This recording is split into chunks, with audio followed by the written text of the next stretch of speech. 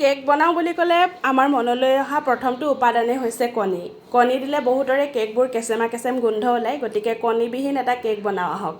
কণী নোহোৱাকৈ এটা খুব ধুনীয়া কেকৰ স্পঞ্জ বনাব পাৰি, আৰু বহুত কেইগৰাকী মোৰ ভাল বান্ধৱীয়ে কৈ আছিলে যে কণী নোহোৱাকৈ কেনেকৈ কেক বনাব পাৰি, এটা ভিডিঅ' দিবাচোন। আজি এটা কেকৰ অৰ্ডাৰ আছিল, গতিকে কণী নোহোৱাকৈ কেকটো বনাবলৈ চেষ্টা কৰিছোঁ। ট্ৰপলাইট ব্ৰেণ্ডৰ অল টাইম কেক মিক্স এনেকুৱা পেকেট পায়, আৰু এইটো সম্পূৰ্ণ এগ ফ্ৰী হয় আৰু ভেনিলা ফ্লেভাৰৰ হয়। একেবাৰে সহজতে আপোনাৰ ঘৰখনতো খুব ধুনীয়াকৈ এটা কেকৰ স্পঞ্জ তৈয়াৰ হ'ব, যিটো নেকি আপুনি ক্ৰীম নিদিলেও মানে এনেই স্পঞ্জটো বনাই পেলাইও খাব পাৰিব। সাধাৰণভাৱে দোকানৰ পৰা কিনি অনা কেকৰ দৰে একেবাৰে সহজতে হয়, আৰু আপুনি বহুত দিন সংৰক্ষণ কৰি থৈও দিব পাৰিব।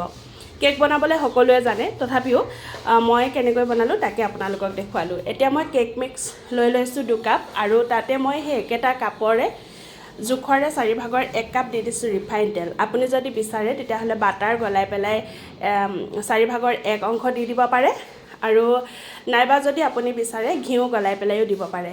কিন্তু এই ট্ৰপলাইট ব্ৰেণ্ডৰ কেক মিক্সত ঘিউ বাটাৰ এইবোৰ থাকেই, গতিকে মই অকণমান ৰিফাইন তেল দিছোঁ।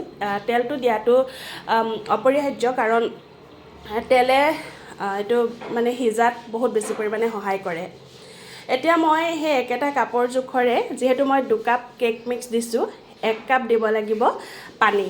আৰু পানীখিনি মই এবাৰতে নিদিওঁ, মই কেইবাবাৰো দিম, আৰু লাহে লাহেকৈ একেটা দিশতে লৰাই এটা ধুনীয়া কেকৰ বেটাৰ প্ৰস্তুত কৰি ল'ম। আপুনি যদি এই পৰ্যায়লৈকে চাই আছে, যদি আপোনাৰ ভাল লাগিছে, যদি আপুনি কেতিয়াবা এনেকৈ কেক তৈয়াৰ কৰি চাম বুলি ভাবিছে, তেতিয়াহ'লে ভিডিঅ'টি আপোনাৰ বাবে, আৰু যদি ইচ্ছা কৰে আপোনাৰ প্ৰফাইলত শ্বেয়াৰ কৰি থৈ দিব।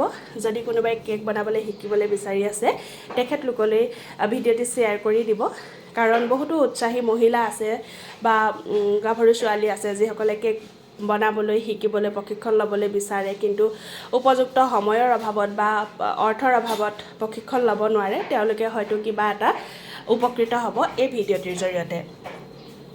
এতিয়া মোৰ কেক মিক্সটো আপোনালোকে দেখিলেই।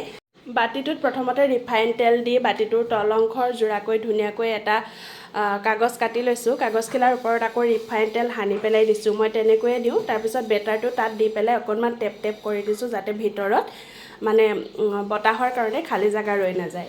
এইখন কেৰাহী মই কেক বনাওঁ, আৰু কেৰাহীখন মই প্ৰিহিট কৰি থৈ দিছিলোঁ 10 মিনিট সময়। এতিয়া বাতিটো দি পেলাই মই 30 মিনিটৰ পিছত উলিয়াই পেলাই চালোঁ, কেকটো খুব ধুনীয়াকৈ সিজি গ'ল। আপোনালোকে দেখিছেই, ভিতৰ অংশ দেখুৱাইছোঁ। আপোনালোকে এনেকৈ স্পঞ্জটো বনাই ধুনীয়াকৈ আপোনালোকৰ প্ৰয়োজন সাপেক্ষে টুকুৰা টুকুৰ কৰি পেলাই থৈ দিব পাৰিব। মই পিছে কেকটো অৰ্ডাৰ আছিলে যে, সেইকাৰণে এনেকৈ অকণমান ক্ৰীম দি সজাই দিলোঁ।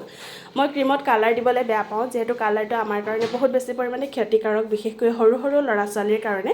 তথাপিও অকণমান ডিজাইন নিদিলে বেয়া লাগে, গতিকে ভিতৰৰখিনি কালাৰবিহীন কৰি বাহিৰৰখিনি অকণমান ৰঙীন কৰি